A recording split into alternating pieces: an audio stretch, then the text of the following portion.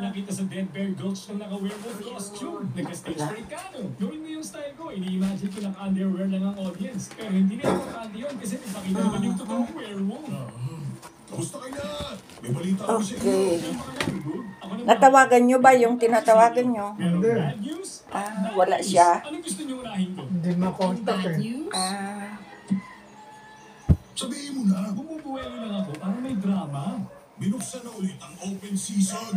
At si Sean, balik sa Anong susunod natin? Ay, ito, kainin na natin, kuya, ito. Ito. At yung isang bad news, meron talagang Saan ba natin ito ilagay? werewolf dito sa kagubatan. Oh. Lagay natin sa pinggan. Uting kami, siya yung malaki ha. Pero ito, ebidensya. Tingnan nyo ang detalyadong masterpiece ni Shaw. Napakapangit ng itsura niya. Sasabi kong magaling na artist sa Shaw dahil dyan. Meron bang good news? Meron. Akong bahala sa kaso. Ang tanong niya kung merong good news. Hindi yung pinakamalalang news sa lahat. Kaguluhan na naman ang sinimulan mo at ng mga walang kwenta mong interpretive dance. Dito pa nagsimula ng problema mga sayo. Lightning dance. Slide dance. Avalanche dance. Okay. Oh. Kaya na lang natin sinaing. Oho. Ayan. Kain-kain ka na. Ayan. Sa oras na nagdrama ko na huli yung werewolf. Ayan. Oh, sige na. Kain-kain lang, kuya. At ganito lang ang buhay natin. Ayan. Pag may kain, kumain. Pag walang pagkain, matulog ta. Okay, matulog na. Ito supot ng basura. Ayan. Tapos ito ang iyong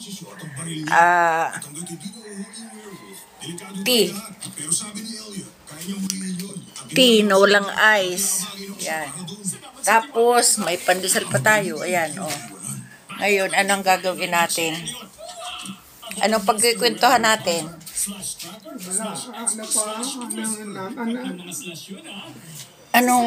Anong tungkol saan? Sa Bible? Or, yan, habang kumakain tayo. Sige. Okay. Ano ba maganda? Ano ba paniniwala nyo sa buhay, kuya? Simulan natin sa lugar kung saan siya unang nagpakita. Alam ko! Doon sa RV! Doon sa lugar na yung kinain si Bobby ng bell! Ano ang religion mo? JW. JW. Okay. Hindi naman kayo yung yung tiwalag. Hindi. Okay. Halata naman ang unang beses yung mag-iimbestiga tungkol sa Wailing Wampus Werewolf, kaya sundin nyo lang ako. Ano ang paniniwala nyo sa, kasi di ba yung ibang religion, tulad ng iglesia, si Jesus Christ ay tao. Sa inyong religion ay ano si Jesus Christ? Anak ng Diyos. Anak ng Diyos. Ang sabi ng Islam, si Jesus Christ ay isang propeta. Isa siyang sugo na katulad ni Abraham. Yun. Sa tingin nyo, alin ang tama? Yung Islam, yung Jehovah's Witnesses, yung Iglesia, ang born again, okay naman. Okay naman sa akin, para sa akin ang born again okay naman, kaya lang ang tawag niya, hindi nila binabanggit si Jehovah, ang binabanggit nila ay Lord. Our Father in Heaven, ganun lang. Pero hindi sila nagbabanggit ng Jehovah. Ang mga Katolik naman ay ginagamit nilang salitang Yahweh. Yun. Opo. At sa yung religion ni Brother Eli, ganun din, Yahweh din ang binabanggit. Sa Mormons naman,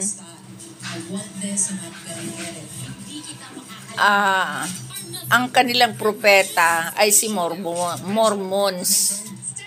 At si Jesus Christ ay ang paniniwala nila ay pumunta ng Amerika para kausapin si Mormons na isang propeta. Yon. Ang kanilang religion ay nag-umpisa doon sa yung 'di ba yung ginulo ng Diyos yung yung nagtayo ng yung sabing Torre ni Babel. Yon, doon daw nag-umpisa ang kanilang religion kasi dahil nga nagalit ang Diyos na yung tao ay yung nagpagawa ng napakataas na para abutin ang langit. Ang ginawa ni ng God ay ginulo sila. At doon nag-umpisa yung mga iba-ibang wika. Yun. Kaya doon nag-umpisa si Mormons na isang propeta. Si Mormons ang nagsabi doon sa mga tao na ganito ang gagawin ng Diyos. Yan. Iyon ang paniniwala. Yun. Ang Jehovah's Witnesses naman, ano ba? Paki-explain mo nga, kuya. Paki-explain mo kung ano ang paniniwala nyo. Kasi tayo nasa later day. Yon. Ano ang ano ang palatandaan nyo na si Jesus Christ ay babalik? Talagang babalik si Jesus Christ. Kailan yun? Malapit na. Malapit na. Okay.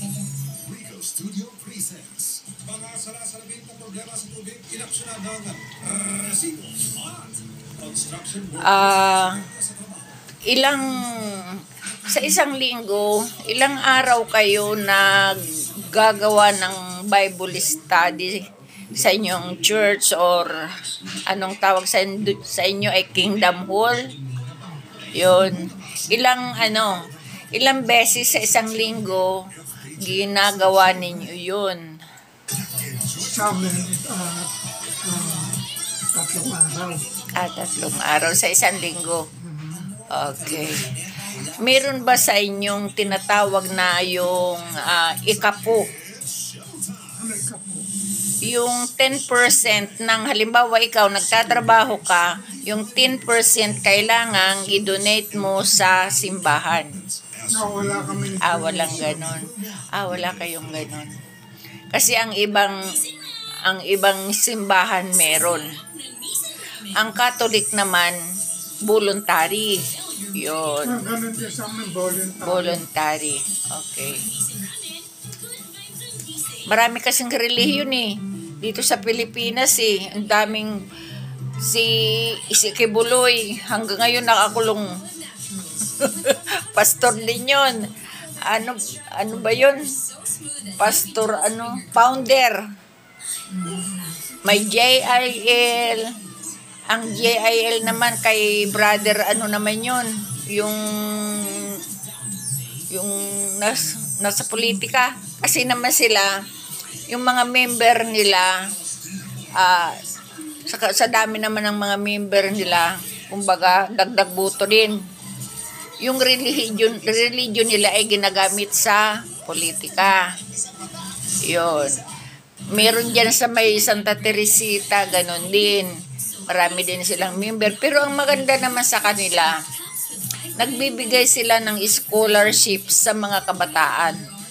Dahil may nagtatayo sila ng mga eskwelahan, mga sabihin na natin mga private school. At kung ikaw ay may anak na gustong mag-aral na wala kang kakayahan, tumatanggap sila ng gano'n ng scholarship. Yun. Yung dito naman Foursquare Church, may sarili din silang may sarili din silang mga eskwelahan, mayayaman sila, pero hindi sila nagbibigay ng scholarship. mag-aral ka, miyembro ka na, mag-aral ka sa eskwelahan nila, obligado ka, pero kanila ang walang ano man tawag doon, walang scholarship. Parang pangpayaman naman sila kasi kasi yung mga member, siyempre may ikapo yan, magbibigay ka. Pero, halimbawa, yung katulad ng aking pamangkin ay electrician doon, may sweldo naman siya. Nagtuturo talaga sila ng Bible, umpisa sa mga bata hanggang sa malalaki. Okay naman. Mabuti naman. Tapos nag-donate din sila sa mga miyembro ng kung ano-ano na halimbawa galing sa Amerika, galing sa nila dahil mayayaman silang relihiyon din. Nagpapadala sa simbahan kung ano-anong mga damit, mga yan binibigay din sa mga member. Yun. Pupunta ka doon, halimbawa member ka or kahit hindi member gusto mo ng ganito, punta ka doon. At marami nakatambak yun doon sa harapan ng chapel nila. Yan, mamili ka dyan kung ano gusto mo. May sapatos, may damit, kung ano-ano. Yan. Mga parang relief goods. Yun. Pero sa Jehovah's Witnesses, walang ganon. Ano po? Walang ganon yung nag-donate sila ng mga mga relief goods. Wala, po. Wala. Okay. Okay, tapos na ang ating